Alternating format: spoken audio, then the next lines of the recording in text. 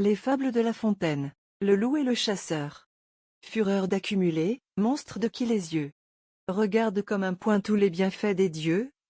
Te combattrai-je en vain sans cesse en cet ouvrage? Quel temps demandes-tu pour suivre mes leçons?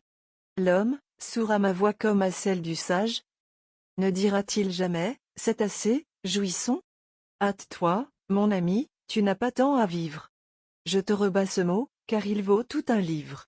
Jouis, je le ferai, mais quand donc? Dès demain. Et, mon ami, la mort te peut prendre en chemin. Jouis dès aujourd'hui. Redoute un sort semblable à celui du chasseur et du loup de ma fable.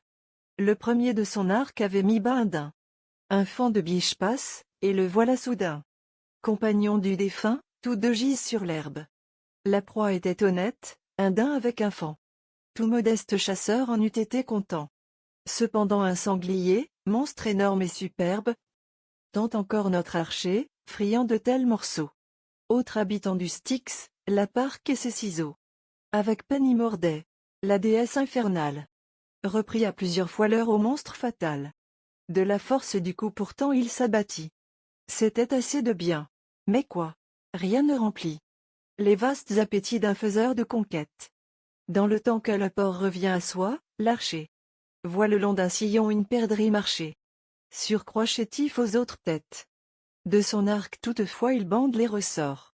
Le sanglier, rappelant les restes de sa vie, vient à lui, le découd, meurt vengé sur son corps.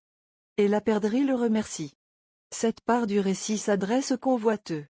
L'avare aura pour lui le reste de l'exemple. Un loup vit, en passant, ce spectacle piteux.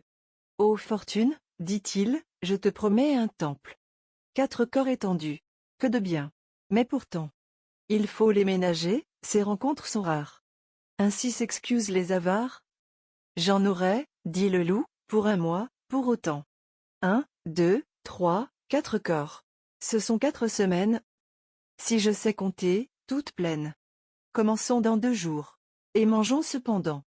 La corde de cet arc, il faut que l'on l'ait faite. De vrais boyaux. L'odeur me le témoigne assez. En disant ces mots, il se jette sur l'arc qui se détend, et fait de la sagette. Un nouveau mort, mon loup a les boyaux percés. Je reviens à mon texte. Il faut que l'on jouisse. Témoin ces 2 gloutons punis d'un sort commun. La convoitise perdit l'un. L'autre périt par l'avarice.